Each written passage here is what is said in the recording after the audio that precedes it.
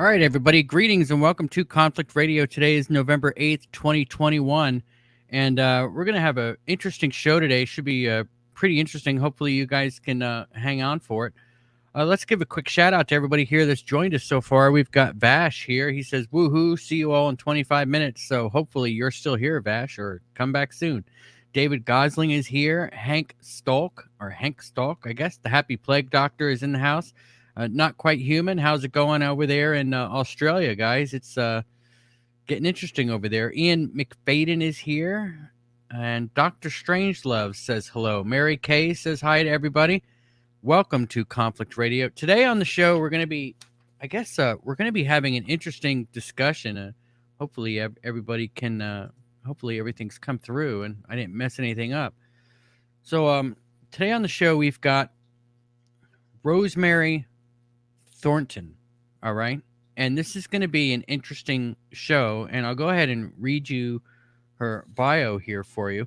It says, for 20 years, Rose Thornton enjoyed a national reputation as an expert on old houses. The author of 9 books, Rose has been featured on everything from PBS History Detectives to BBC Radio. In 2016, her husband committed suicide, and 2 years later, Rose was diagnosed with a life-threatening illness. After a routine medical procedure, Rose bled to death. She was died for 10 minutes, and while she was in heaven, she was told that if she agreed to return to earth, she'd be restored to wholeness. Subsequently, medical tests affirmed that not only had the disease disappeared, but she was also healing of the crippling grief. And Rose, how you doing today? Welcome to Conflict Radio. Thank you. I'm glad to be here.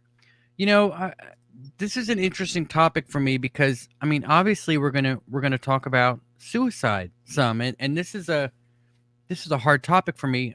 As I would suppose a few of my guests know, I've talked about it before, that my mother killed herself in 1988 when I was 13 years old, and it affects you. It affects our life. Does it not? Is suicide, and I mean, it affected you deeply, didn't it?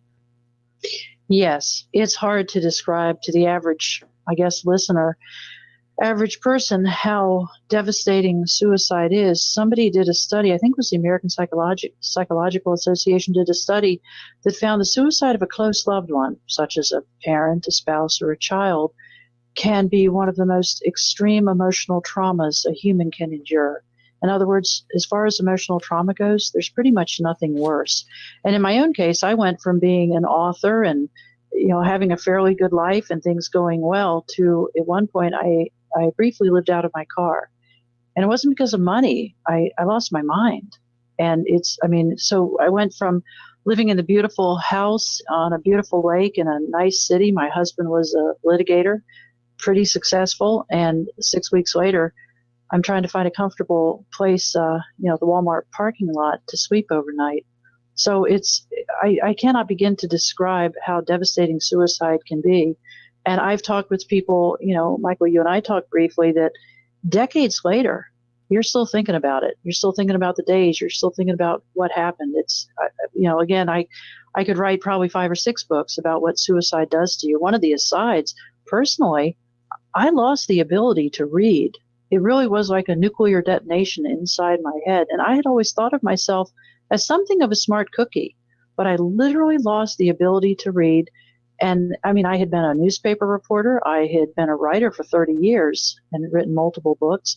But it was like I could read words like shoe and box and computer, but I couldn't comprehend. I could not. And it took me about a year and a half to get to a point where I started reading children's books. And I had to reteach myself to read. And that's just one story of many. But yes, it creates a devastation to the human psyche, the human mind, and the human soul that can't easily be defined. Yeah, it's weird for me because I've had loved ones that have died in car accidents. I've had loved ones who have, OD'd on that had their heroin episodes and OD'd and died on that, with fighting addiction and things.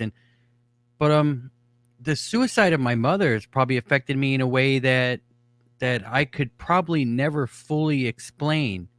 It's every day it seems like a different kind of thought that comes into your mind. I think I had mentioned before on the show how we had people on who have talked to, or how to recognize people that have passed on, and how they come and leave things for you, like make a butterfly fly in front of you or something like that, or something weird like that. And I'd mentioned how I never had an experience with my mother. I never had a dream with her. It's not like she never came by. And sometimes you think, well, maybe it's because, she killed herself, so she can't, because she's in hell, or whatever. Or just the other day I was thinking, well, maybe she's never come to me because she just doesn't like me. Maybe she just doesn't like me, or doesn't care for me, so that's why she's just never around. So it does leave certain, I guess, ideas in your mind about things that I don't think that people understand, that I guess you get what I'm saying, right? It's an experience like no other. It really is. It is. I mean, I'm 5.5 years out, and just recently, I had to put my beloved dog to sleep. She was 13 years old, and it was time, but still a very difficult day. And this was a dog I'd had, with my husband. And I mean, this is very, very personal, but I walked out. I walked out of the veterinarian's office a mess. I mean, I sobbed like a child. I told myself I will not sob in front of others, and I sobbed like a child. But anyways, I'm walking out of the veterinarian's office without my dog. She'd been euthanized. I said out loud, almost under my breath, I killed my dog and I killed my husband. And I thought, no, no, no, no, no, that's not right. But yeah, that's how far deep it gets into your brain and messes with your mind. I mean, I did not kill my husband, and I mean, I didn't kill my dog, but 5 years out. And I mean, I've had this wonderful encounter in heaven and everything else, but yes, it still hurts. There's still days when I sob over my husband, and I think about, how could you do this to me? Why did you do this? And something you and I had talked about earlier, about roughly, who knows really, but roughly 90% of suicides are related to mental illness. But that leaves about 10% of suicides that have other causes. And people tend to make blanket statements. And really, there is many different reasons for suicide, as there are people who end their lives. And, when you're talking to somebody who's lost someone to suicide, you need to stop playing the guessing game. Oh, did he leave a note? What did it say? Were there signs? There must have been signs. And just say, honestly, what I tell people is, you need to offer to bring a casserole over on Tuesday night. I mean, don't say, let me know if I can do anything. Say something specific.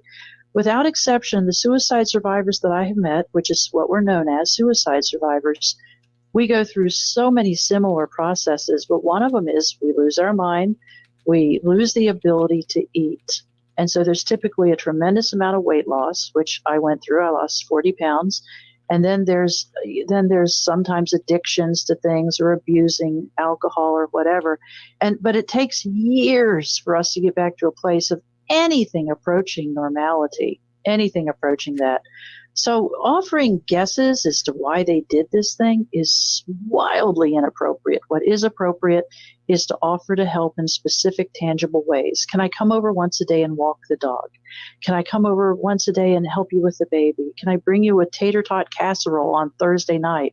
Offer practical, specific things. Yeah, and some good advice on what to do, I suppose, if you know somebody who's lost somebody to something like that. But in all honesty, there's always something. I mean, there's something good that comes out of it, right? I mean, it's not always negative, right? Like there's good things. Well, I don't know that I could agree with that, Michael. I mean, it's pretty much a terrible mess. And then the human spirit is very resilient. Often people would tell me I am strong, and anybody who knows me very well knows, don't tell me I'm strong. I am not strong. In fact, I consider myself anything but. But resilient, I think I am resilient, because I got squashed into the ground like I don't know, like a dandelion. I was a mess. And frankly, it was 29 months out when I was diagnosed with cancer, stage 2. And I railed at the skies and I railed at God and I said, wow, this wasn't enough. You had to finish me off with a disease. I mean, I was incredibly angry. And ultimately, as you know, as you mentioned in the bio, I died due to a medical mistake and was resurrected. Or resurrected, that's the wrong word, resuscitated, not resurrected.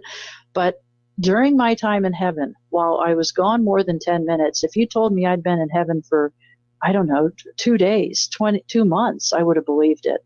You know, Einstein said to those of us who are committed physicists, the past, present, and future are only illusion, however persistent. Time is a very earthbound concept. But during my time in heaven, which did seem like a very long time, I saw things differently. I learned things. I was told things. And I was told if I agreed to come back to earth, I would be restored to wholeness. And, you know, I thought, well, okay, great about the physical, but the emotional was what was dragging me out to the depths of hell. It really was.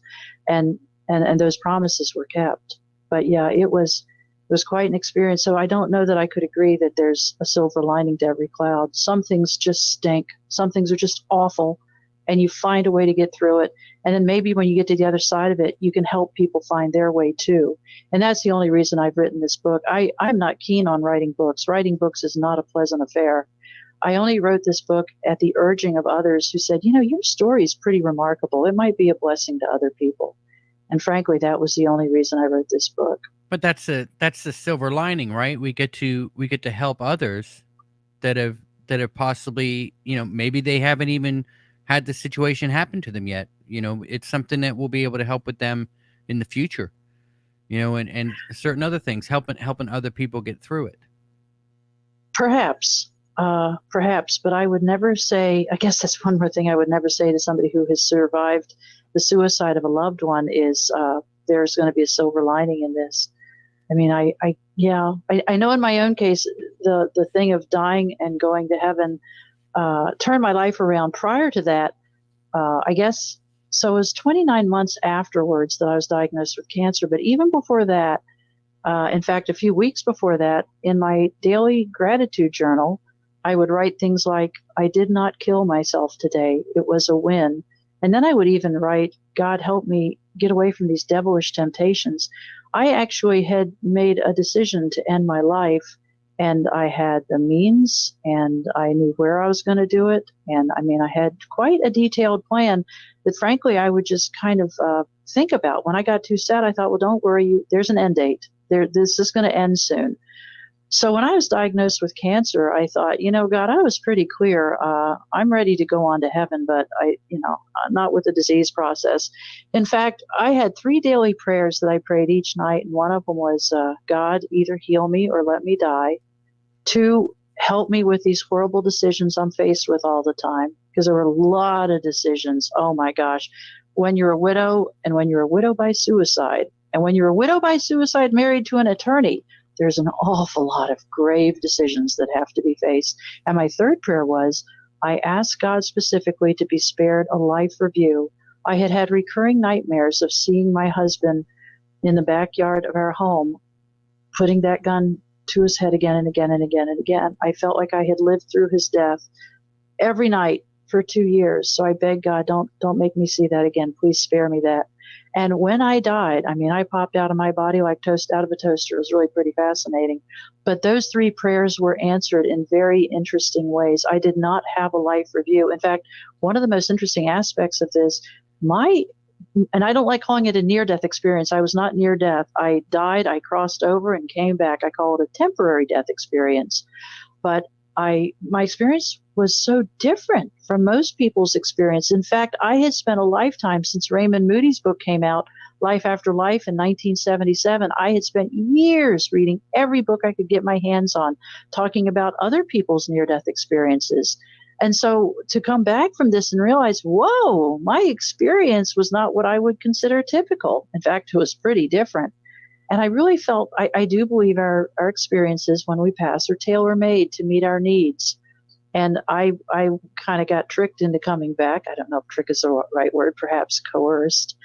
But yeah, it was So it all was your very choice. dramatic. You think it was your choice? No, it was not my choice. Oh, heck no. I actually, real quickly, the backstory. So I had been planning my suicide, and like I said, I had the means, I had a plan, I had it all set up. Then I was diagnosed with cancer, and I thought, oh man, what a mess. And then they had done a surgical thing on me at a hospital on the East Coast, pretty big hospital. And after I awakened from the surgery, it was cervical cancer that I was diagnosed with, and I was awakened after this surgery, and I was told, okay, it's time to go home. And I reported back to the nurse at that hospital. I said, boy, I'm bleeding an awful lot. I think something's gone wrong. And she said, oh, now, once you get home and lie down, you'll feel just fine. And now I was 59 years old at this point. I told that RN, I said, no, I don't think I'm going to be just fine. Anyway, I told her that 2 more times, 3 times in total. And she was very dismissive and sent me home. And once at home, I realized I was losing a phenomenal amount of blood. I mean, it's kind of amazing how much blood you can lose and still stand upright. And I realized I was going to pass on if this didn't stop pretty quickly. So at home, I summoned. I actually had a friend call 911, and I was taken by ambulance to a small ER, no hospital attached to it. And there I was put on a gurney and I was examined, and I was pretty frightened at this point because now I've made a decision that, okay, let's get this show on the road. I think I want to live. And at this point, the doctor was at my feet looking at things. And then there was an RN to my left holding my hand. And I said, promise me you're not going to let me die. And she said, oh, honey, we have many solutions for this. We're not going to let you die. So I was greatly comforted by that. And then they gave me a shot of Dilaudid and walked out of the room. And a friend was there by my side and sat with me. But it wasn't long after I got that shot of Dilaudid that... If you want to eat healthy and feel your best... Sorry about that. That's okay. Just a pop-up ad just right in the middle of a show. Yeah. So after I got that shot of Dilaudid, I lost consciousness almost immediately. And who knows how long it was. My friend there said it was probably less than 5 minutes that suddenly my blood pressure went to 33/25, which is pretty much dead. Or maybe it was 32/25. Meanwhile, I was having the time of my life. I popped out of that body like toast out of a toaster. I was actually unconscious at the moment of my death. And I woke up being catapulted out of that body. And it was fantastic. It was a great feeling, a great sensation. And I instantly knew what had happened. Instantly, I knew, well, one of my first thoughts was, won't everybody be surprised how this turned out? But I had an instant awareness that I had died. Okay. And I'm sorry, go ahead. Let's just stop there for a second. Do you remember seeing yourself in the room? Were you like, you know what I'm saying? Right. I did not see my body as I was floating away. In fact, I was floating in this perfect blackness, ensconced in this perfect, velvety, comforting, and comfortable blackness.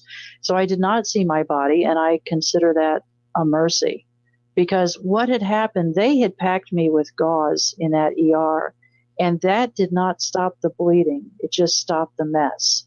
So apparently internally, I had continued to bleed. And based on an eyewitness account, there was, let's just say it was pretty messy once they removed that gauze. So I kind of consider that a divine mercy, that I didn't see what was happening there. So I was floating further and further away, again, in this blackness, in this perfect blackness. And one of my first thoughts was, my heart has stopped. And I thought, how do I know that? I thought, I don't know how I know that, but I know that's right. And then my next thought was, you've died. And then I thought, or no, I said, I'm dead. And then I corrected my tense, and I thought, all right, I remember I was thinking you're dying. And I thought, nope, you've died. And I thought that was really funny that I'm going on to my reward and I'm correcting my tense. And I have a goofball sense of humor. So I laughed out loud at my own silliness, and I heard myself giggle. And I thought, how incredible that I don't have breath sounds. I'm pretty sure I don't have vocal cords. Pretty sure I don't know where my ears are. But I thought, I am still producing the same sounds in the same ways. I still have the funny sense of humor. And I even have my funny little giggle. And it became so clear to me at that moment that every single thing we are goes with us. I had literally left nothing behind on that gurney in my death. And that was so comforting and so profound. And early in this experience, shortly after this, I mean, like I said, it felt like this experience might have gone on for hours. But early on, I felt an enormous presence to my left and slightly behind me. And I turned my head to the left and looked up. And again, thinking, I'm turning my head and looking over my left shoulder. So I have some kind of form. And that was all just fascinating. But you to me. didn't But see any of yourself, right? I did not see myself, but I sensed myself. Like if you went into a closet and you turned off the light and it was perfect blackness in there, you'd have an awareness that you're turning your head and looking to your left. You may not see anything, but you'd have an awareness of what you're doing. And that's what I felt. And I thought it was pretty interesting that I still have a sense of this human form or this physique. So I looked to my left and I asked, literally with a lilt in my voice, I said, "And who are you?" And the answer was, before I could even finish the sentence, a short sentence, the answer was immediate. "You, Rosemary, you are the image and likeness. I'm the original." I thought, whoa, that's Genesis 1:26. And I thought, my whole life I've wondered about that Bible verse. What does it mean to be made in God's image and likeness? I thought, now I get it, because it didn't just come with words. It came with an infusion of knowledge, and I understood there's an original. I'm but the image and likeness. And I was really marveling at that I'd spent a lifetime studying that particular verse, and that's what I'm hearing. And while I'm still thinking about that, I thought of another verse, the peace that passeth all understanding. That's what Paul talked about. And I thought, now I get it. This peace I'm experiencing, this perfect peace, is something I could never define or explain to anybody. This is perfect peace, and there's no way you could understand it unless you experienced it. And I thought this was so cool that my brain, my memories, all those Bible verses I'd memorized, it was back on the gurney. And yet all those memories were still with me. And it was really like I'd gone from 60 amp service to 100,000 amp service. It was like I understood everything. I could see everything. I could see, as in comprehend everything. It was an incredible, it was just like all my brain cells were lighting up, but there was no brain to light up. And I just thought about so many things at once. And one of the thoughts I had been scheduled to start once a week chemo and daily radiation within a few days of this surgical thing. And I thought, well, I'm out of that. I don't have to worry about that now, do I? And I also thought about my dead husband. And I thought, it's over. All the misery and pain and agony and sadness of what he did to me. And it's over. Fresh slate time. I get a fresh start here. And another thought I had was, it was kind of funny. I thought it felt like I'd been granted early release for good behavior. I'd gotten out at age 59. It was over. I had asked God either heal me or let me go, and God had let me go. And that felt like such a mercy. Oh my gosh, did that feel like a mercy. And there were so many things that happened. And this experience went on and on and on. And then at some point, I was not floating in the blackness, but I was standing in a white room, and I was on my own feet. And I wish I'd looked down at my feet, because now I'm in this white room, and it was just like a very fine mist, a white mist was falling all around me. But it wasn't just falling. This mist, every little droplet and every little particle was swirling around me. Like I call it a spiritual car wash. But on the far side of this room, I saw a door.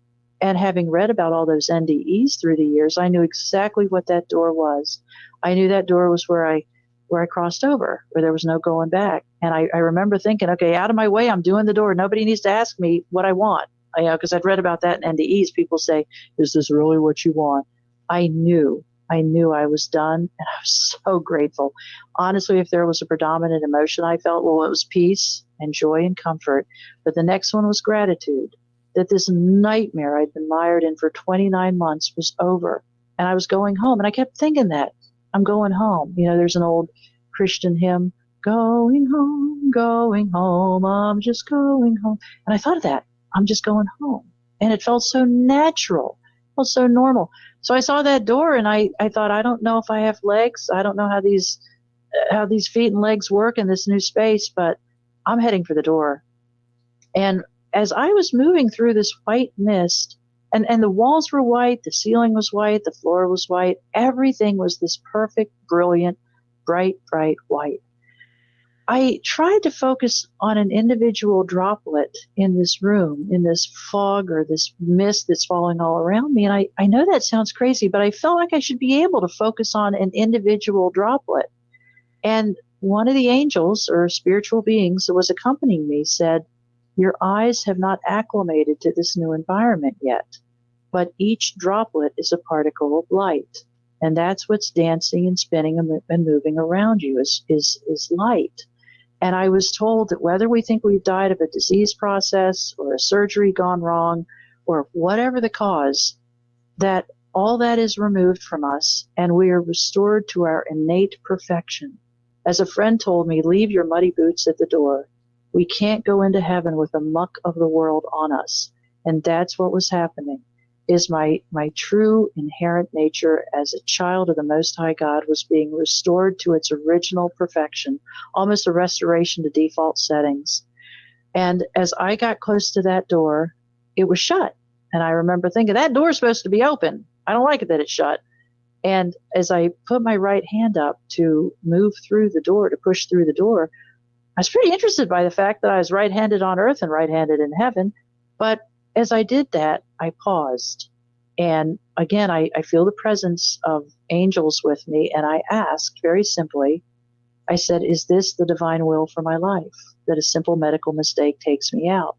And again, before I could get much past the first 4 words, the answer was immediate. And the answer was no, this is not the divine will.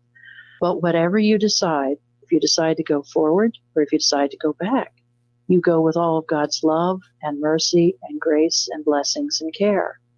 And I thought, I'll take it.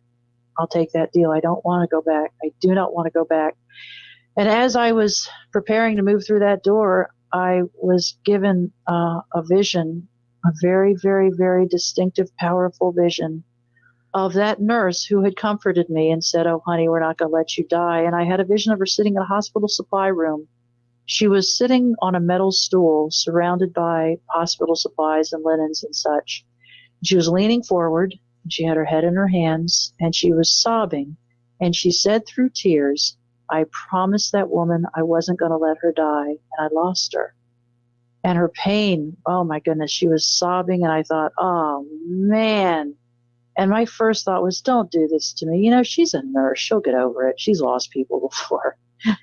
And then, as I'm pondering the fact that she can move on from this, I need to go. I'm done. It's been a horrible 29 months. As I was pondering that, I didn't just see the pain. I experienced it. It was like all that pain, I swear it was like it hit me in the chest. And I know that sounds odd, but that's the best way I can describe it. And I was taken aback by that. And I thought, if I can spare one person this much grief and agonal pain and suffering, I have to go back. And it really hit me hard. And, you know, I would tell you that when I put my hand down from that door and said that statement, it wasn't a millisecond before I was back in my body on that gurney with all kinds of stuff happening around me, all kinds of stuff. And the next morning at the hospital, it was affirmed that I had a heart attack and my heart had stopped. So I was right when I popped out of my body and said my heart has stopped. But to me, perhaps even the most amazing part was that when I came back from this, I was in the hospital for 4 days, and I had a couple people, well, more than a couple people friends that would come sit at my hospital bed. But then when they would leave, the angels would stand by my hospital bed and sing to me. And when I say angels, I mean big, sparkly spiritual beings that sang the most beautiful songs you could ever imagine. And I would weep. I would just sob as they sang to me. And I would tell them, I would say, I'm really good at houses. I'm really good at architecture, but I'm not good at melodies. And I don't know that I'll ever be able to remember any of these lyrics. And the angels told me very clearly, they said, this is not for you to remember. This is for your healing. This is for your peace. This is for your joy. And they also said, we know how hard it is to leave that place and come back here. So this is our thank you for coming back. And whenever my earthly helpers left, those heavenly helpers came in and stood gathered around my hospital bed and would sing me these beautiful, beautiful songs. And I wanted to live in that moment forever. I just wanted that forever. And ultimately about 4 days out, I was discharged from the hospital. And I was told it would take about 2 to 3 months for all my blood work to return to normal. And the reason they discharged me, I said, hey, I kind of like it here. They're bringing me food and, they take good care of me and everyone's very attentive. I mean, I had been a leper after my husband's suicide. Nobody wanted to be anywhere around me because, heaven forbid what happened to me might happen to them too. So I had really been a societal outcast. And now suddenly I'm in a hospital bed and people are bringing me not only food, but apple juice and ginger ale and checking on me constantly. But the medical personnel told me that because of the severity of this bleed out, that I was now at risk for all kinds of opportunistic infections and diseases. So they wanted me out. They wanted me away from the hospital. But I was told to take 2 to 3 months for me to be completely over this. And the angels have been pretty clear. The angels had said, if you agree to come back, you'll be restored to wholeness. So it was 15 days after this that medical or blood work was done. Actually, blood work was done by the oncologist in anticipation of the chemotherapy. And the oncologist looked at my blood work and said, there's a mistake with your blood work. And I said, what is it? He said, well, all your numbers are literally textbook perfect down to the decimal point. He said, they're all perfect. He said, that's impossible. And I said, no, it's not. I'm back riding my bike and I'm walking and I feel pretty good. I'm, riding very slowly, but I said, the breathlessness is gone. The fainting's gone. I feel pretty good. And then I actually had to find another oncologist, but ultimately it took about 2 months.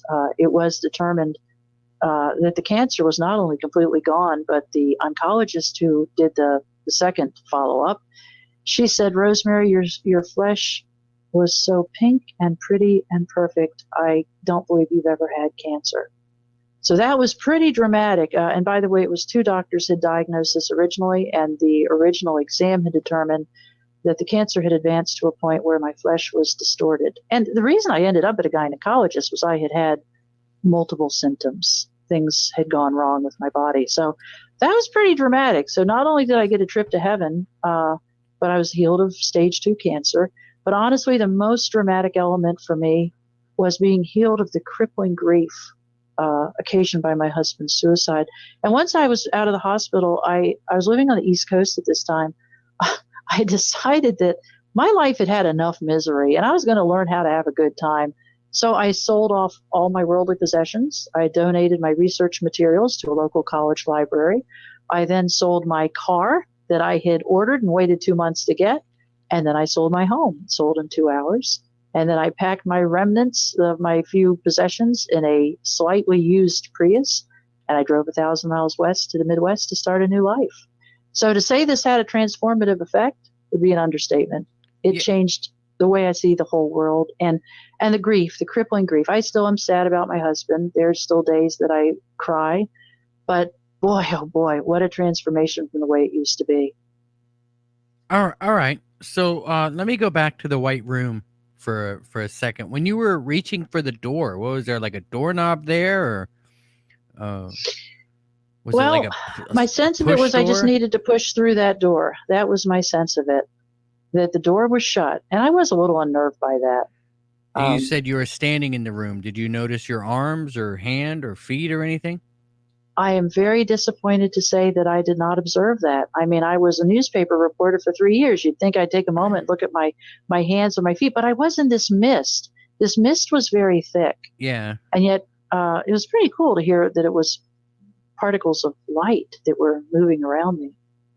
But I've heard other people who've had NDE say that same thing, that they just didn't think about looking at their extremities or checking out their hair or, seeing if they had shoes on. And I tell you, I never thought of that stuff either. Did you run into anybody that you knew? Yeah, that's one of the most frequently asked questions I get. And the answer is no. And I again, as I said in the beginning, this was not a typical or traditional NDE. And I've often puzzled about that, but I do think these experiences are tailor-made. I mean, think about it. My 3 prayers were either heal me or let me go. I got both. stop. I can't take any more hard decisions. And my decision to move on was aided by a picture there, an image or a vision of the nurse. And then my third one was no life review, and I was spared the life review. As to the people who've gone on, I saw no one other than the angels and that massive spiritual being at the beginning. And I think the reason is, I mean, I don't know, but I kind of feel like the reason is, if I had seen my mama, I wouldn't be coming back. My mother died when I was 42 years old. And after this experience with my husband, I would often just cry at night. I was worried that my mother knew how much pain I was in, and I would sob thinking that I didn't want my mom to see me like this or to know anything about me like this. So I had thought about my mom a lot in the hardest nights and the hardest days. And if I had seen my mama in heaven, there would have been no going back. All right. So let me ask you this. The first voice that you heard in the beginning, you believe that that was God? I don't know. The Holy Spirit, God, I don't know. I mean, the Bible says that we are made in God's image and likeness. So I guess that would be God. Yeah. Was it a man's voice? This is hard to believe, but I would say it's gender neutral. I don't. It wasn't masculine. It was feminine. It was masculine and feminine. And if I had to identify which it was, I would say it was feminine. But I don't know. But it wasn't. It was. It was like yeah, caring. it wasn't androgynous. It was caring, both. right? It was like a caring voice. It was love. It was the essence of love, and it wasn't just the essence of love. It was the essence of knowledge too. It was powerful. It wasn't just words. I mean, the Bible says in the beginning was the Word, and the Word was with God, and the Word was God. Words are power. And I mean, these words, you're the image and likeness, I'm the original, they were infused with power and light and love. I mean, it was just so incredible. And I remember thinking when I heard this, I thought, you know what, that would have been good to know back there, like on Earth, but hey, that's really amazing. I'm in. This is great. This is just getting better and better and better and better. All right. In fact, one of the thoughts I had early on in this experience was, I thought, as a writer, as the daughter of a very anxious mom, I thought, I've always wondered what I would look like when there was no anxiety, no fear, no worries, no woes. And I thought, this is great. The only thing I left behind on that gurney was the negative stuff, the anxiety, the fear, the oh no's, the fretting. None of that came with me. And I remember thinking, I'm pretty cool when I have no anxiety. This is pretty neat looking. All right. And you didn't see anything. That was just the black. In the blackness, I saw nothing, but I felt this perfect peace. I know a lot of people talk about the love they experience in these experience, in a near-death experience. I felt peace. Just peace times a trillion, the most perfect peace you can imagine times a trillion. And that's the Bible verse about the peace of God that passeth all understanding shall keep your hearts and minds through Jesus Christ. And that's the peace, a peace. Oh my gosh. I often lie down in bed at night when the room is really, really, really dark, and I try to go back to that place of peace. All right. Did you have any like flashes in your mind of like pictures of things or places or I guess a lot of people think that telepathy is more like, instead of, not only can you hear voices, but you can also see like flashes of pictures and things like that. Did you have any flashing of pictures, or was it all just black?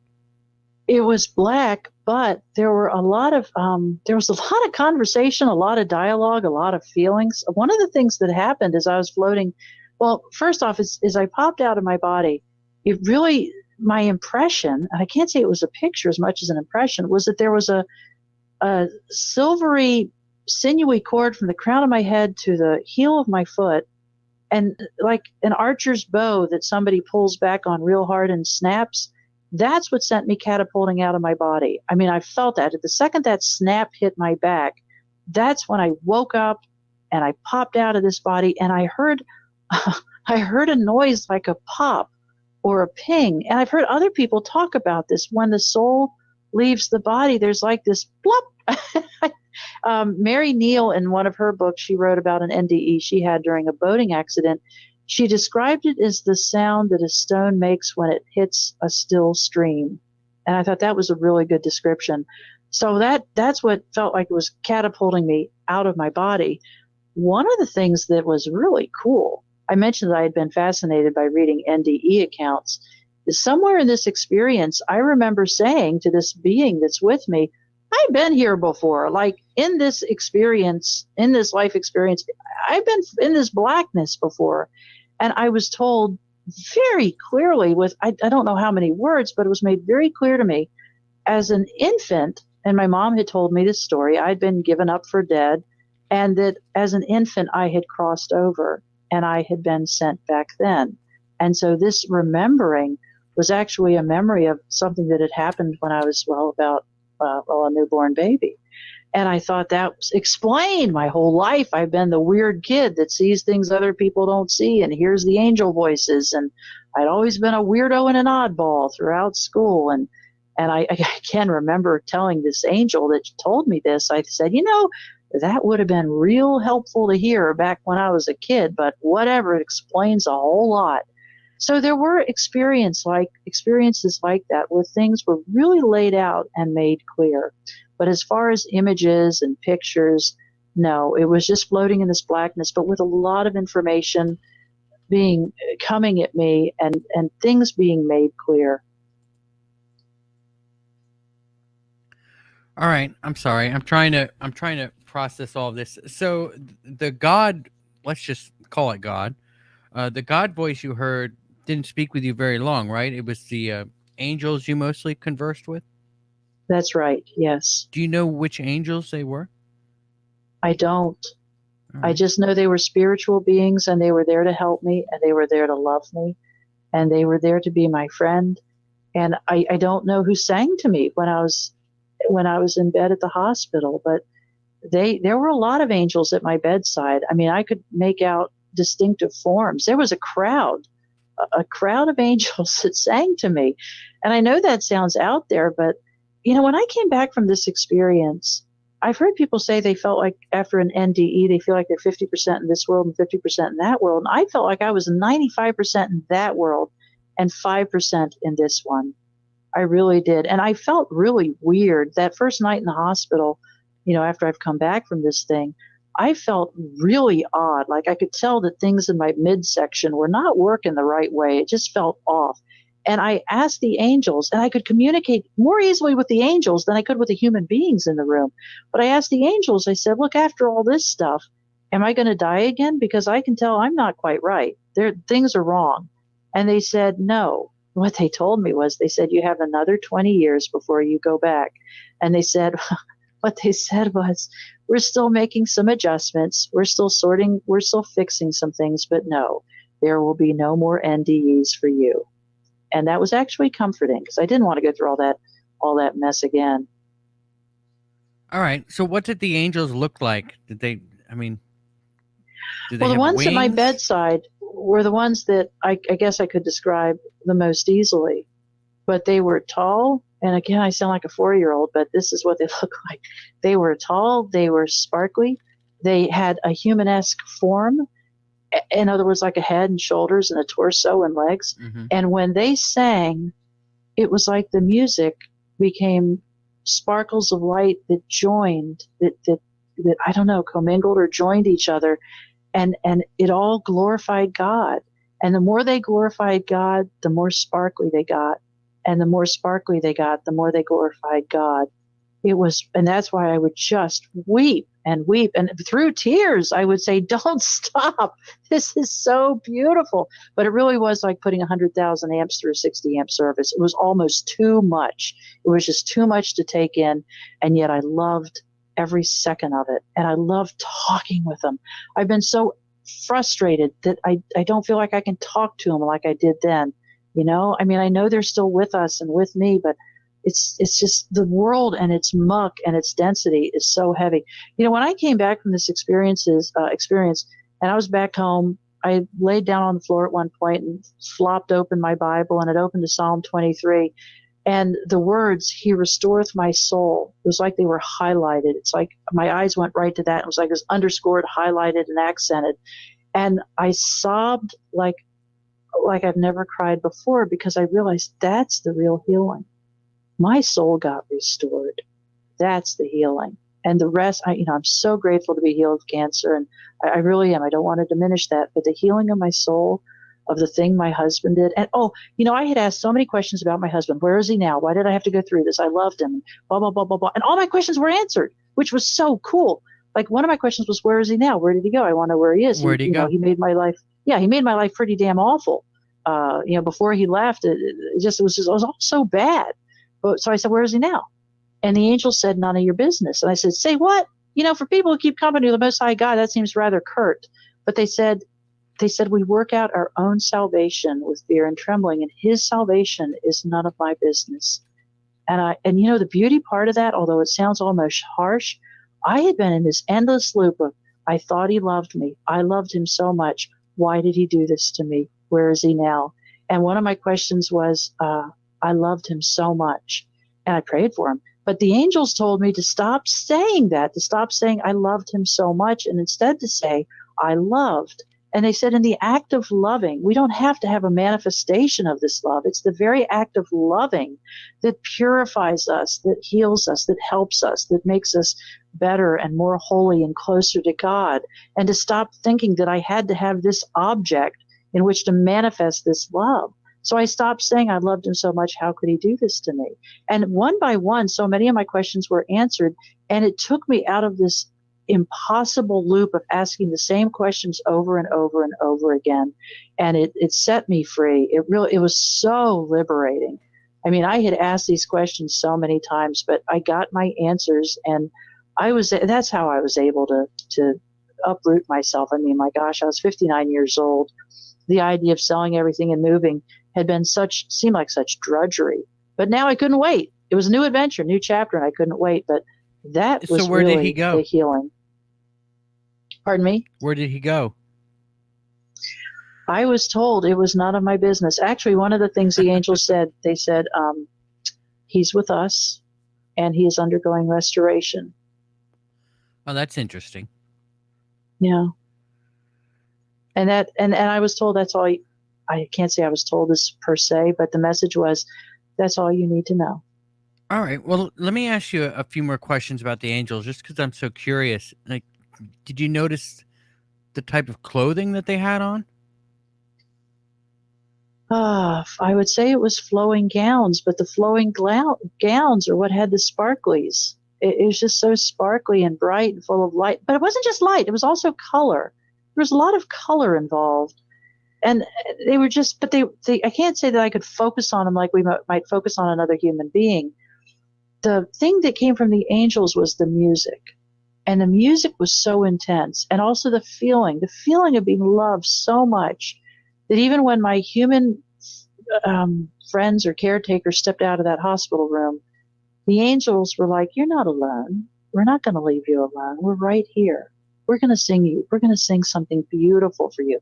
I mean, the point of the songs was to glorify God. And that's the thing about when I asked, is this the divine will for my life at that door? When you're in that place, you really, really just want to glorify God. And that's what the angels' music did. So to describe them, I would just say they were flowing in gowns made of light, sparkly, beautiful, colorful light.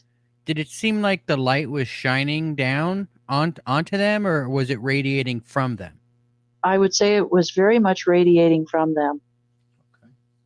It's interesting stuff, isn't it? It is. It really is. Not to mention living it. Do you get to see them still? Do you ever dream of them? Sometimes I hear them talk to me when I'm waking up in the morning. They say the most beautiful things. Sometimes they give me specific Bible verses to look up, and sometimes they just say sweet things.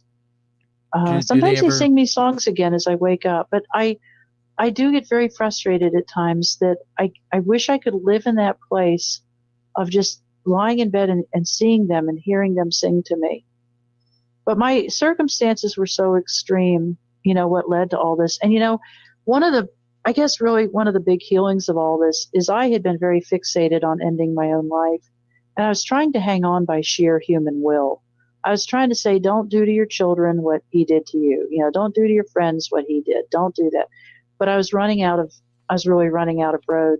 When I came back from this thing, it was so clear to me. I mean, the idea of suicide to me now is just abhorrent. It was like, we're here on a spiritual contract, and we don't have the right to violate that contract. I mean, and it just screws us all up.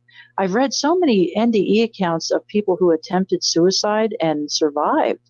And one thing they say consistently is they're told, okay, if you go through with this, if you cross over and you go to heaven, or you go on to the next place, you're going to have to go back to where you started and go through all this again.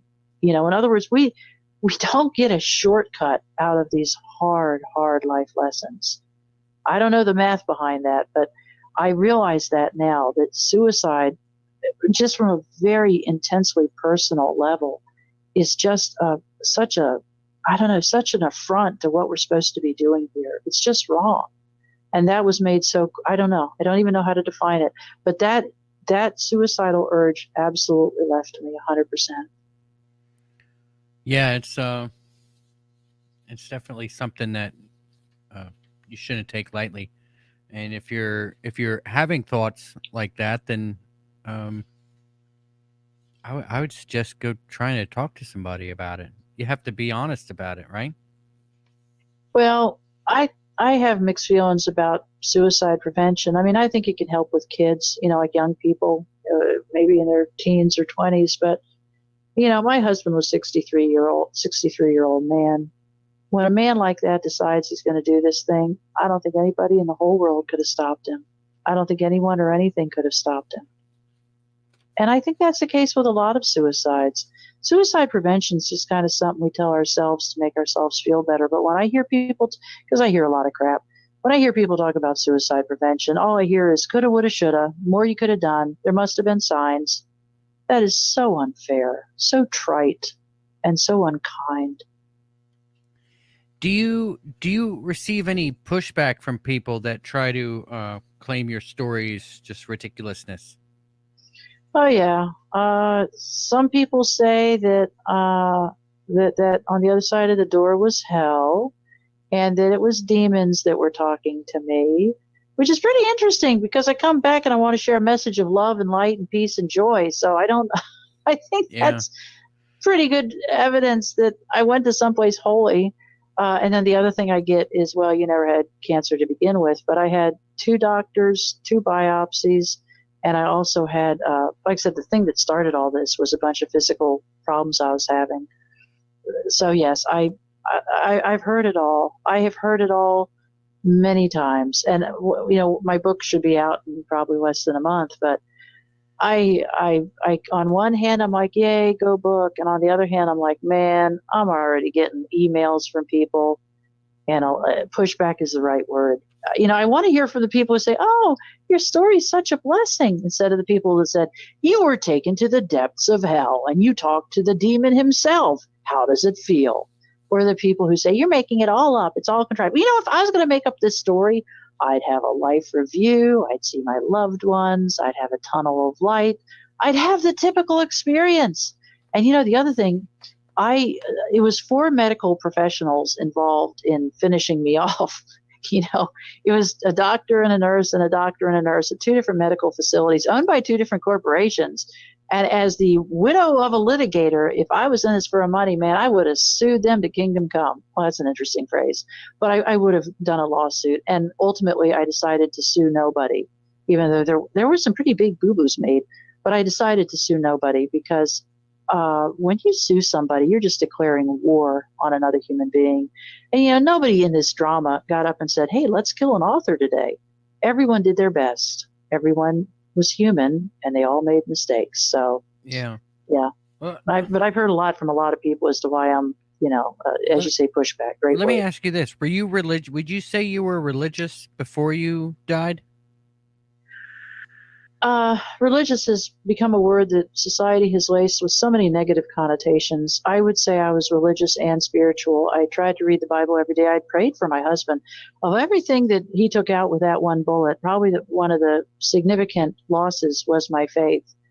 I prayed for that man every morning and every evening. I just covered him in prayer. And in the morning when he would go off to work, I would throw my arms around him and put my face next to his, and I would see just this river of heavenly light flow through him. And I would think about that river of light flowing through him, and that it was direct from God, and it was removing any impurities or anything ungodly, whether it was something in his heart or something in his body or something in his mind. And that every morning when I hugged him, I just really rejoiced in thinking about him being cleansed and purified by the river of life and a river of light flowing through him. I did that every morning, and in the evening I thanked God for bringing him home to me safe and sound. I had met him in my 40s, and I cherished him as a gift from God. So when he did this, I was, to say, devastated. I mean, what do you do when you lose your husband? You lose your life, you lose your place in society, and you lose your God. What's left? The answer is nothing. Yeah, well, that's the truth. What? Let me ask you this: you were dead for 10 minutes, right? Actually, it was more than 10 minutes. But yes, at least 10 minutes. What did they do during this time? I mean, obviously you're dead. So what are they doing? Are they moving you? Are they moving your body somewhere else? Are they, you know what I'm saying? Like they covered up and just left the room for a little while. Like what's going on during this time? I'm not sure because I was elsewhere. Yeah, but I mean, I know I'm sure that when that I died in one room, and when I woke up, I was in another room. I was in a much bigger room. My friend that was a witness said they even called the receptionist back to work on me. So when I came to or was resuscitated, I was there were 6 people. Well, I don't know, 6. There's a whole bunch of people in that room. In fact, one of the first questions, so I'm back, and I'm like, oh crap, this, I felt sad for that nurse. That's the only reason I came back. Crap. And the nurse was in my face, and she said, "What is your name?" And I said, "Rosemary." And she said, "Where are you?" Or no, she said, "What year is it?" And I said, 2018. She said, "Where are you?" And I said, "A crummy excuse for an ER." So I I came back with a bang. As to what they were doing, I have since learned that when somebody bleeds to death, which was my official cause of death, or would have been, they can't even do CPR because it'll just push more blood out of your body. So my understanding, and this is primitive, I can't say I know this to be 100%, but my understanding is they used electricity to restart my heart. But yeah, I mean, by medical standards, I should be significantly brain damaged, or worse. And I really feel like I kind of got supercharged. I kind of feel like I died Rosemary V.2 and came back Rosemary V.35. I really feel like I got a boost. All right. Well, let me give a shout out here to everybody who is still here with us. I appreciate it. A lot of people, I guess, aren't too happy with the subject, and they want to stay positive. Look, I get that. Sometimes you want to, you need positivity in your life and want to listen to a positive show. I mean, this is can be a positive show. At least it is for me anyway. And the fact that I can relate so well to what's being said here, and I get it. Not every show is going to be for everybody. I ask you to hit the like button anyway, and we'll see you on Thursday. Other than that, the people that are here and are curious, we have 30 minutes for questions. If anybody wants to ask anything, now's the time. Just put it in caps. You know how it works in the description or in the chat box there, and we'll get the question pending it's an appropriate question for the topic, and we will ask it. So now is the time for questions. Feel free to knock yourself out. Let me ask you this, Rose. What would you say to people who would suggest the idea that it's DMT and that your brain releases this DMT and causes this experience to take place? And what would you say to that? Oh, that's crazy. I'm sure you've heard it, right? Actually, I heard somebody talking about this very thing, and they said that the medical scientists keep trying to come up with explanations for what's really happening when the brain shuts down. And the fact is, they keep coming up with these different theories upon theories upon theories, but nothing really matches up. And I guess that's one of the reasons my story has been embraced in some ways, is because, well, 2 things. One, when I died, I had stage 2 cancer. When I came back, everything was perfect, not one cell found. And secondly, I actually had a neuroscientist drive from some distance to meet me. She's also in the Midwest. And we spent about 3 hours together having dinner one night at a local restaurant. And she said, Rosemary, the biggest part of your story, the most compelling part of your story to me is not that you died with cancer and came back healed, or not that you died with all this grief and came back fine. She said, the most compelling part is you came back from this thing and you changed every single facet about your being and your life and embarked on a whole new path. She said, human beings don't change like that. She said, so whatever happened to you was really dramatic. And I agree with that. But yeah, I died one person and I came back somebody quite different. I still look the same. But it was a major reset. So the thing is, there's going to be people who just think I'm making it up or whatever. They're believing what they think they need to believe. And all I can say is, oh my goodness, the healing in the Bible of Jesus and the blind man. The blind man said, this thing I know, I was blind and now I can see. And that's me. I can't explain away the physics and the science of brain chemistry, but I can say, I have no doubt that this experience was real. This is not the brain shutting down. 10 minutes without any oxygen or any blood supply to the brain, I should be a vegetable. And not only am I not a vegetable, I swear I think I picked up a few IQ points along the way.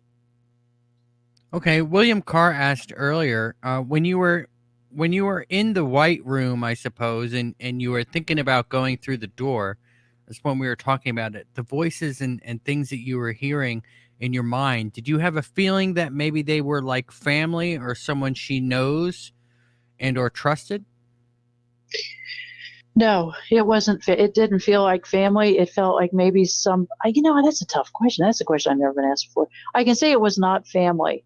As to, was it somebody I'd known before? I don't know.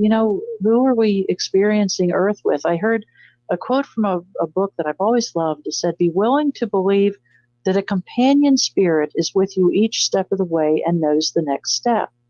And I don't think we get sent through these hard lessons on Earth alone. I believe we have an angel or maybe two or maybe three that help us through these hard times. And the thing to do is to learn how to lean on them and trust them. But as to the beings in heaven, it didn't feel like it was any family member or any loved one. It felt, so I'd say no, it wasn't. But you felt like you could trust what they were saying. Oh, yeah.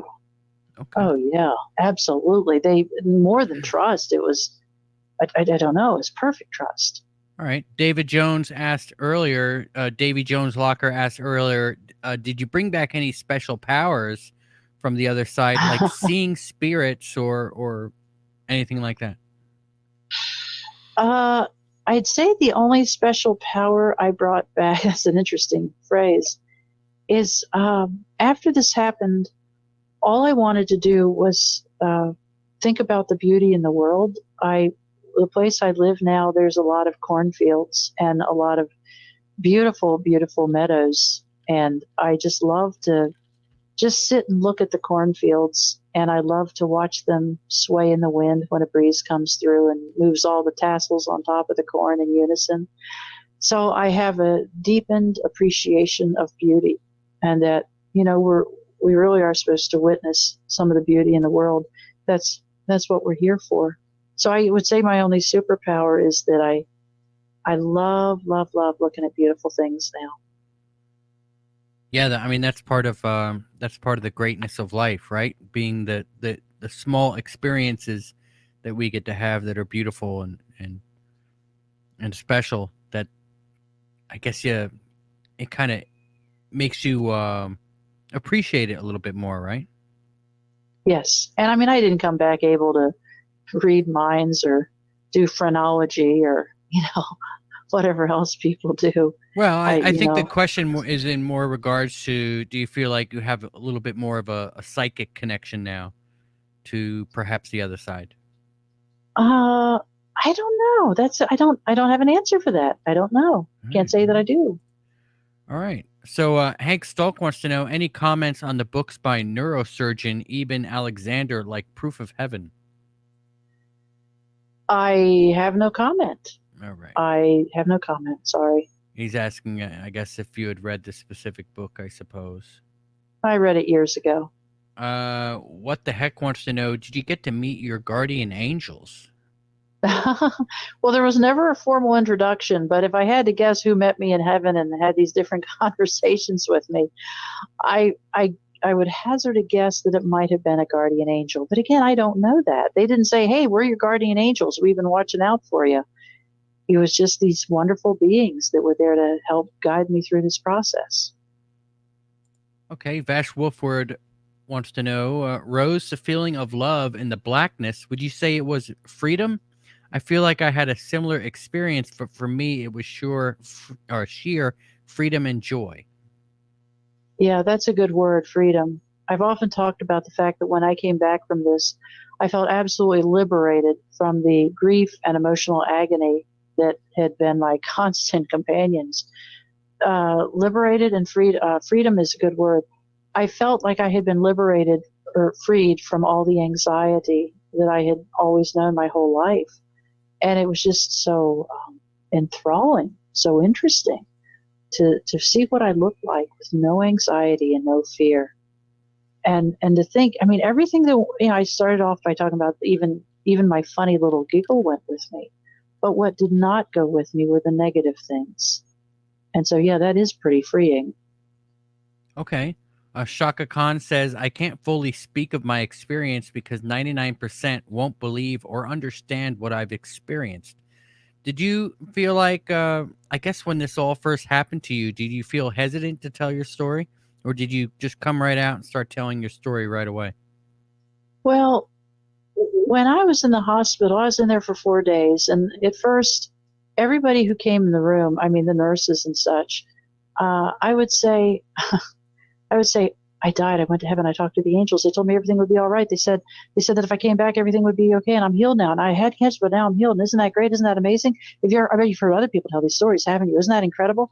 And they would say, we're just here to take your temperature. Can you please close your mouth for a second? So I was pretty over the top telling anybody who would listen everything. And then I became more circumspect. And I realized you really do have to judge your audience. So I was pretty enthusiastic, to say the least. I was sharing everything I could with everybody. And, somebody invited me to dinner about 3 or 4 months after this happened. And they said, I want to hear every detail. And so I eagerly shared many details with them. And then they offered a 20-minute dissertation on why I was wrong. And it had been the brain shutting down and that my story was not believable. And I was crestfallen. I really was. That was my first hard hit. And since then, I've gotten the emails and the letters. They come semi-regularly about, I'm either making it up or I'm the spawn of Satan, so. But yes, in the beginning, I eagerly shared the story with everybody. Okay, James Manser says, it's okay if someone doesn't believe your experience. If someone is encouraged or uplifted because of it, it was worth sharing. Oh, what a lovely comment. What a lovely thing to say. All right. Vash has another question. He says, do you think it's possible you died, but you came back into a new or parallel universe? I have agonized over that very thing many times, and I don't know. This new world is very different. I don't know the answer. But see, that's the thing. If we get wandering too far down the paths of these hypotheticals, we'll go nuts. So I try not to let myself stray too far down that path. But it is kind of an intriguing question, I guess. But yes, I have to. I mean, I think my friends and family look the same. But then again, what do you trust about memory? What is memory? I mean, think about it. Those Bible verses I was thinking about as I was floating further and further away from my body. So memory does not reside in the 7 pounds of hamburger meat between our ears. That's not where memory is. Memory has got to be in soul and God and spirit and divine. So I don't know. It raises a lot of interesting questions. And before I go down the path of the hypotheticals, I try to think about what I can wrap my hands around. And what I can wrap my hands around is that God is good and merciful and kind enough to save me from my own suicide and heal me. Those were my prayers: heal me or let me go. And I got both. Pretty darn interesting. And one of the big lessons I learned from this is that prayers of petition can have quite a lot of power. I learned And people laugh at this, but one of the big lessons I learned is that God really, really, really likes us. And we know that God loves us, but to think that God likes us, that really made me happy. That God just kind of, we are liked and loved. That was a big deal. Did you notice anything different when you came back? Like things in your house were arranged differently, or No, you know what I I'm didn't saying? notice anything different, but I noticed that I noticed a lot of coincidences. And somebody said that coincidences are miracles where God chooses to remain anonymous.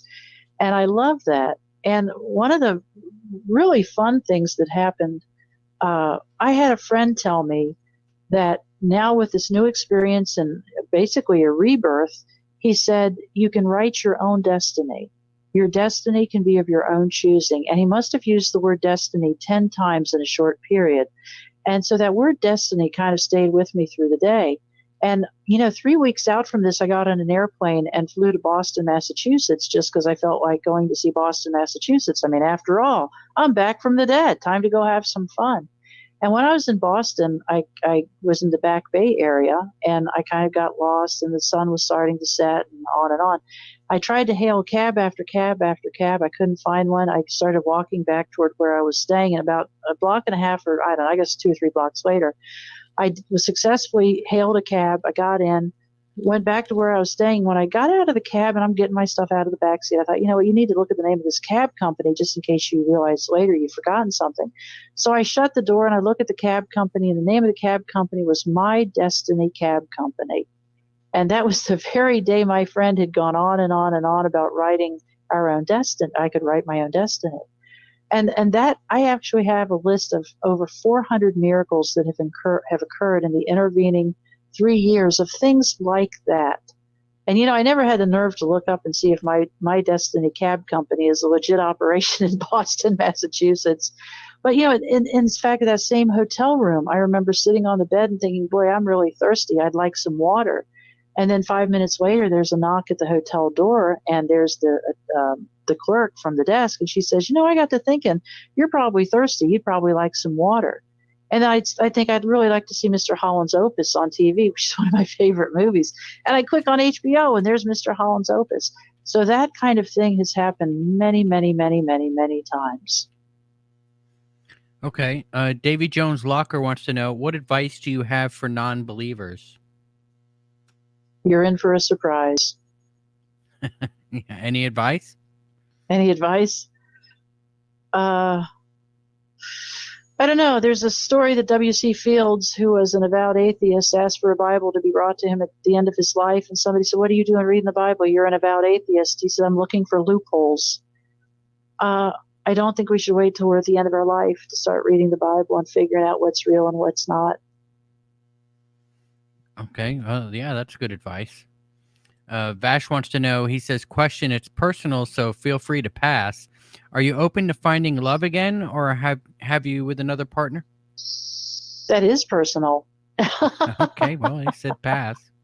I think we should always be open to love. Yeah, I just read a quote answer from somebody, and I've got it on my bedroom wall, and it said, I don't want to be a lover. I want to be love.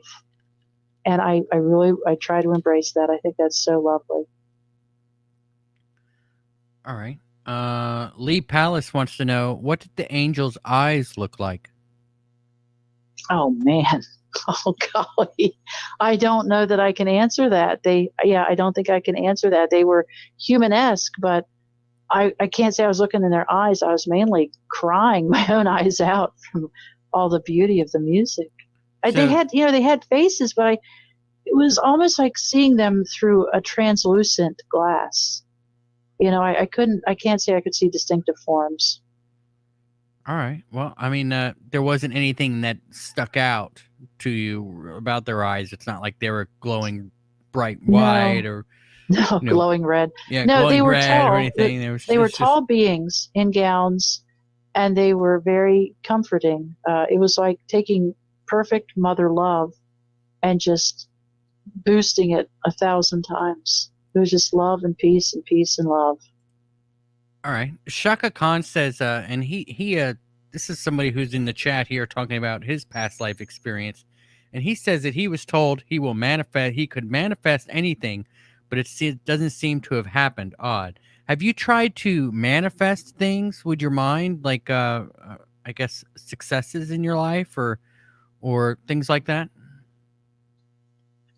Well, that's a pretty big question. I think I feel like I can only speak to my life purpose. I don't think we're supposed to play around with the fruits of the Spirit. I think we're supposed to, I think we all have a divine commission. And I feel like mine, like I just said, is to be love, to be more loving. And boy, do I fall short every day. Oh my goodness, sometimes every hour. I think we're supposed to manifest love and light and beauty. I don't think I think when we turn this into some power for personal gain, we've stepped off the path. Okay. Shaka Khan wants to know, did you see balls of colored lights? I guess like around the angels or in the room, like orbs? No, I do not recall having seen orbs. And, I even just talking about this, I thought how many angels were there? And I can't say I counted, but if I had to guess, it'd be a bunch. It'd be a large number. They surrounded the bed and they sang to me. It was so incredible. Will says, I still have a question you missed. Repost it, Will, if you can. I can't scroll up through all this stuff now. Ian McFadden wants to know, do you remember the songs that they were singing? I'm really disappointed about that. I wish I could have made a recording. I wish I could have, because even as they were singing to me, I tried very hard to make a mental note, not forget. And I don't remember the melody or the lyrics. And I'm very saddened by that, but they told me. And I do think sometimes, there's some shenanigans when they say we're singing for your healing, for your peace, for your joy, that they're like, you're not going to remember this. I think they get to kind of choose what we remember and what we don't. And sadly, I remember nothing except it was so gloriously beautiful. All right. David Gosling says, does Rosemary recognize that she has died before? And if so, can she recall any previous incarnations? I think reincarnation is a topic for another day. I personally do not embrace it, but I don't know. I think God is more original than to keep sending us back to the same, third planet from the sun. That's a complicated topic. Let's leave it there. Yeah, it really is. Vash says, have you ever done DMT or mushrooms before? Would you be open to have the experience in the future? I don't think it's in my best interest to turn to psychedelic drugs at the age of 62. I'm just guessing. Have you ever done them in the past? I can safely say I have never tried mind-altering drugs of that nature. Okay. Wasn't it Timothy Leary that said LSD was a path to God? Wasn't he the one who said that? There's a lot of people that say that, yeah. Yeah, I don't think I want Timothy Leary, was it Leary or Leary, whatever, as my role model. So no, I really think if we want to draw close to God, I think we need to meditate, we need to pray, we need to listen to the angels, we need to listen to that companion spirit that is with us each step of the way.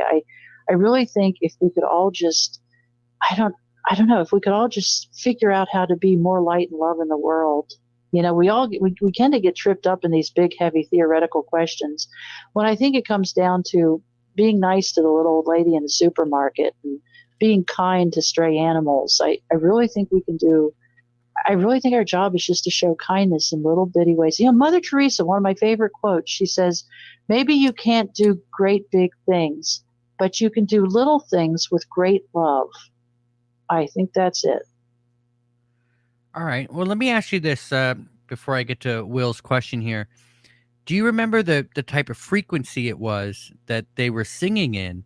And if you can, what would be the closest thing that you hear today that would be reminiscent of that frequency?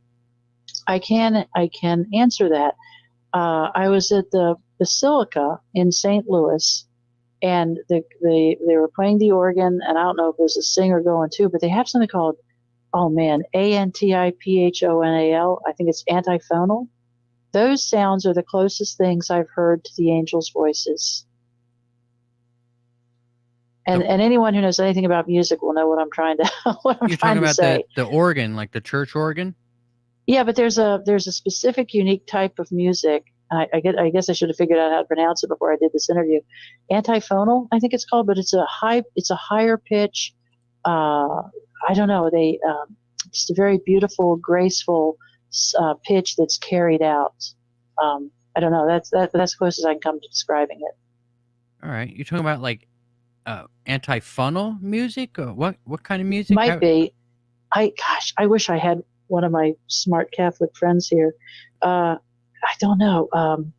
I don't know. Maybe somebody can answer that question because I obviously cannot. All right, guys. If you have any idea what it is she's trying to say that's on the tip of her tongue, please put it in the chat box, I suppose. Will Carr wants It to... is antiphonal. It's Antiphonal. Antiphonal. I think that's how it's pronounced. Antiphonal. Yeah. Oh, I see. And it's a specific type of music, sung, recited, or played by groups. So, anyway, yes, I would say that is the closest. Oh, okay. All right. Awesome. Yeah, I'm looking at it here. That's antiphonal music is that performed by two choirs in interaction, often singing alternative music phrases. So that's interesting. So if anybody wants to check that out, go do that. That'd be pretty neat to at least put that frequency in your house for a little while. Will Carr says, question, could she see other people, and if so, did they look a little different from others? I did not see any people per se. You mean during my experience in heaven? Yeah, not just other people, I suppose, but like other beings. Like, could you see certain beings that were, and could you tell that they were different from other beings? Like there were two different types of beings. Oh, that's an interesting question. Well, the being I encountered at the beginning that said, "You are the image and likeness, I'm the original," that just felt like the Holy Ghost. I guess that's the best words I can use to describe that. The others felt like just either angels or spiritual beings. So I can't say that there was a hierarchy. I don't know. It's like that line from It's a Wonderful Life when George Bailey meets Clarence Oddbody's angel second class, and he says to him, "You look like the kind of angel I'd end up with." My angels all just seemed very supportive. Okay. Davy Jones Locker wants to know, do you think everybody is going to where you were? What about bad people? I don't know. I don't have an answer for that. I know where I went. I was told I got 20 years before I go back. It's 16 years and change now. And I know that, I'm excited. I'm pumped. I heard a hospice nurse one time giving a talk, and she said when she has hospice patients who have had an NDE, she said they're very different. They kind of sit up in bed and say, "Okay, come on, let's make this happen. Let's get the show on the road. Let's go. So it definitely gives you a very different attitude about what's coming next. All right. And Mr. Wolfwood says, have you considered doing hypnotic regression to help recall maybe memory she may have forgot, or perhaps to relive the music she heard? Hypnotic regression. Actually, what I believe is that whatever I need to know, God or the angels will tell me. And I do believe I went from floating in that blackness to that white room, and I swear it feels like somebody took my batteries out because I have no memory of how I made that transition. One minute I'm floating away in this blackness, and the next minute I'm standing on my own 2 feet in a white room, and I have no memory what the difference was between those two. I believe that is by divine design. I believe that what I need to know, God will make clear, and that's all I need to know. Okay, Vash has a comment here. He says a lot of people who have done mushrooms before say it's one of the most profound experiences in their lives. That's why I'm asking about being open to doing it. I don't think I don't think mushrooms are my thing. I'm actually pretty darn sure about that. All right. I just we're here to learn and to grow and to love, and I'm not sure messing with my brain to that degree is really a good plan. All All right. Ajo Aja wants to know what type of anesthesia during surgery. Well, it's general anesthesia. I'm pretty sure it's propofol. Okay. This experience happened. So my surgery was like I believe it was 8:30 in the morning. I died at about 5:30 in the evening. So this was several hours later. All right. Lightning Rod says speaking in tongues, and makes me want to ask: have you ever heard anybody speak in tongues? I've seen it on YouTube. I've never seen it live and in person, but yes, I'm familiar with it. Did it seem familiar to you? Oh, I can't say that it did. And the thing is, my experience in heaven, or this experience I had, the communication, I did hear words, but it really was telepathic as well. It was the only word I could use. It came with an infusion of knowledge, like that thing where I was told that as a baby, I had been here before and got sent back. It came with just this infusion of knowing. So it's kind of knowledge on multi levels. All right, guys. I suppose that's going to about wrap it up. Do you have any advice for people who, that you want to leave with? Well, I was talking to a friend who's also had a very dramatic near-death experience, and something she said is when we hear somebody has passed on, or we go to a funeral and see somebody up front in the casket there, we just feel envious. We're like, boy, lucky. Well, not lucky stiff. We're not allowed to say that, but just we know where he is. We know what he's experiencing, and we just think, wow, that's going to be me one day. So it really does reorient. I mean, we're biologically hardwired to, I guess, to be afraid of death. But it gives you a really profound appreciation of life and the life that comes next. It really does. Yeah, I don't find myself necessarily afraid of death. I think I find myself afraid of the manner of death. Yeah. Like I'm like, hey, I would love to just go to bed one night and hey, guess what? That's the end of me. I mean, I've had grandparents that go that way, right? I mean, that's the way to go. Or you could have one of those horrible deaths where you're like in agony and extreme pain for hours upon hours upon hours, and you're just suffering the entire time that you're dying. Hopefully, that's not how I go. So I was going to say one of the thoughts I had in this experience was I thought, being a writer, I think way too much, but I spent my whole life wondering how I was going to die, and it was a medical mistake that took me out. And I thought it was kind of funny that my whole life I wondered how it would end, and it just did, and it was no big deal. All right. Vash has, I guess we got a couple more questions for you here. Vash wants to know, has the guest had any changes in her life that surprised her since the experience? Even small things like changes in your favorite color, food, drink, future holiday plans, etc. Have you noticed anything like that? Like your taste buds have changed or your favorite color has changed? No, I can't say there have been any significant changes like that. I know one thing is I like staying warm. That's a priority in my life, and I like soft fabrics. And I guess really the biggest change, this isn't about tactile things, but I am so much less judgmental. I just, boy, is that has changed. And I think part of that was also suffering through my husband's suicide. I've learned that when you see people behaving badly in public, what are the odds that their 17-year-old son hung themselves in the basement last year? What are the odds they're going through the tortures of the damned and they finally made it out to the shopping mall and then lost their mind? So I do look at people very differently these days. And when I see people acting badly, I just mainly feel sad for them. Try to say a prayer for them. Yeah, that's the truth. You never know somebody's experience. Try to be kind to everybody, right? Absolutely. That's the best thing we can do. Lightning Rod says, when you died and this feeling of wonderment came over you, what is it that you knew you would not have anymore because your life was past? You mean like what did I regret about the fact my earthly life was over? Is that the question? Yeah. What is it that you knew you would not be able to have anymore? Boy, zip, nothing, nada, not one thing. All I could think was, let's get this show on the road. I can hardly wait to see what's next. I was literally, as I said earlier, my predominant feeling was gratitude. This is fantastic. This is better than I ever thought it would be. I'm dying. I'm going on. I'm going to, I just couldn't wait to see what was coming next. When I saw that door on the far side of the white room, I was like, out of my way, people. I want to see this. I can't wait. I was really jazzed. I had no lingering thoughts of, oh no, I'll never have a chocolate milkshake again. None of that. That didn't even enter my thought. Just gratitude. All right, awesome. And let me give a thank you to everybody who joined us today. I guess our final question of the night, Rose, is do you know who Corn Pop is?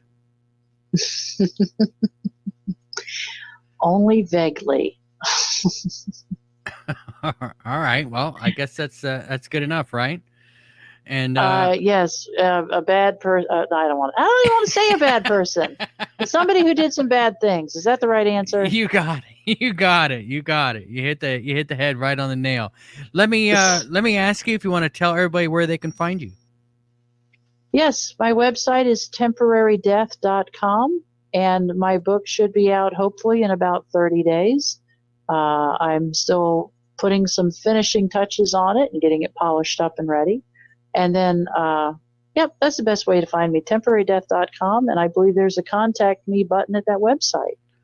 Awesome. And just so everybody knows, the description is, the description down below has a link there if you wanted to click on that and check out Rosemary's website. Thank you so much for coming on the show. Really do appreciate it.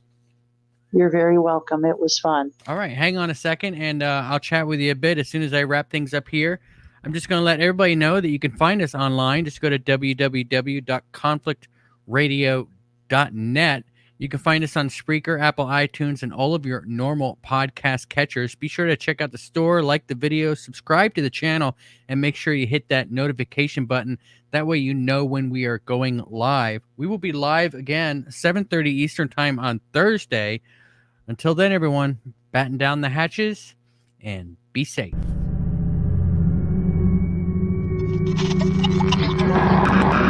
See aircraft that were clean. Talks about